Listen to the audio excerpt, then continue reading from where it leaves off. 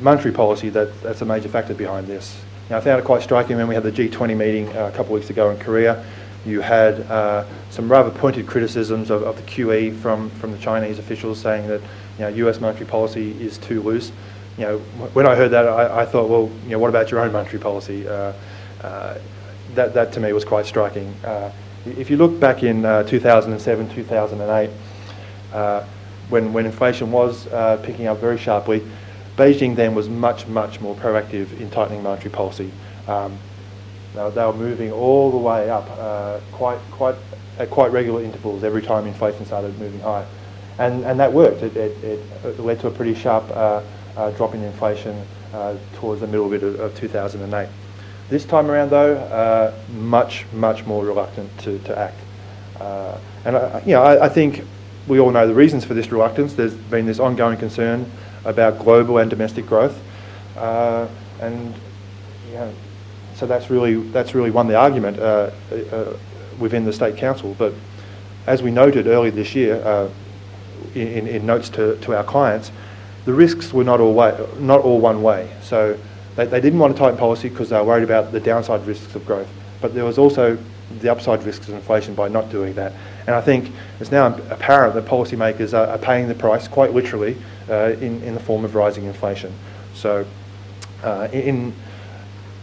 that means, I think, that we are going to have to see a lot more urgency in the policy response in the months ahead. They made the initial move October the 19th, 25 basis point hike, but that's still leaving policy at very low, policy rates at very low levels. So I think if you look at some of the announcements and some of the rhetoric that's come out of Beijing in the last few weeks, there's going to be more coming in the months ahead. And I think this chart just gives an indication of how far behind the curve Chinese monetary policy is at the moment. So we've had 125 basis point increase in benchmark lending and deposit rates, but this has been outweighed by further increases in inflation. So what we have here is measures of real deposit rates, real lending rates. So just the nominal rate less the inflation rate. And you can see that they're at very low levels all year, and in the case of deposit rates, it's actually been negative for virtually the whole year. So these low rates are not optimal in terms of allocating capital. They're likely to be fueling asset price inflation and other demand pressures on prices. And there's also, I think that indicates that there is a real need to get them to more neutral levels. With inflation still trending higher over the next few months, really, you're probably talking about 200 or 300 basis points just to get things back onto an even keel. Now, we don't expect them to move that aggressively. Despite what I think, I don't have a lot of influence on what the State Council decides. But I think we are going to see definitely a greater sense of urgency in tightening monetary policy over the months ahead.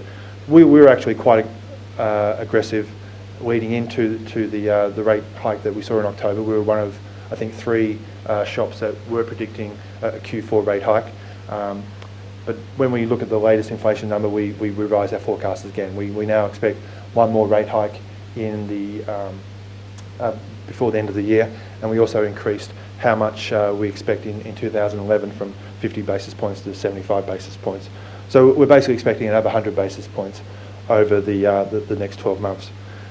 And we think that's going to be accompanied by other measures to try and get inflation under control and get policy back to more what we would call more normal settings. So that's why we do think that a stronger currency is going to be part of the package as well. And as you can see in this chart, we're predicting pretty steady gains in the yuan against the dollar to 620 by the end of next year.